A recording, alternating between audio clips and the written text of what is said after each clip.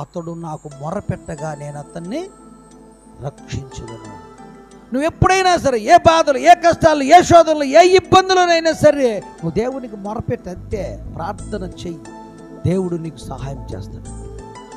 చాలామంది అది గడ్డి మోపుని ఎత్తిన పెట్టుకుని రథంలో కూర్చుంటే నడిచిపోతే, నడిచిపోయినా ఒకటే, రథంలో కూర్చొని గడ్డి మోపుని ఎత్తిన పెట్టుకున్నా ఒకటి. ఏముంది అదేముంది, బరువు నువ్వే మోస్తున్నావు.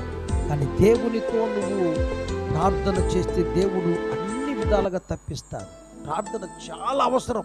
ప్రార్థన దేవుని సన్నిధానంలో శక్తివంతమైనటువంటి ఆయుధం ఏంటంటే నీ ప్రార్థనే. ఎవరో పాస్టర్ చేస్తాడు, లేకపోతే ఎవరో ఆయన చేస్తాడు, కానీ చేయకూడదని చెప్పడం లేదు. కానీ ఆయన చేసే సంగతి కంటే ముఖ్యంగా నువ్వు ప్రార్థన చేయాలంతే. నువ్వు ప్రార్థన చేయాలి.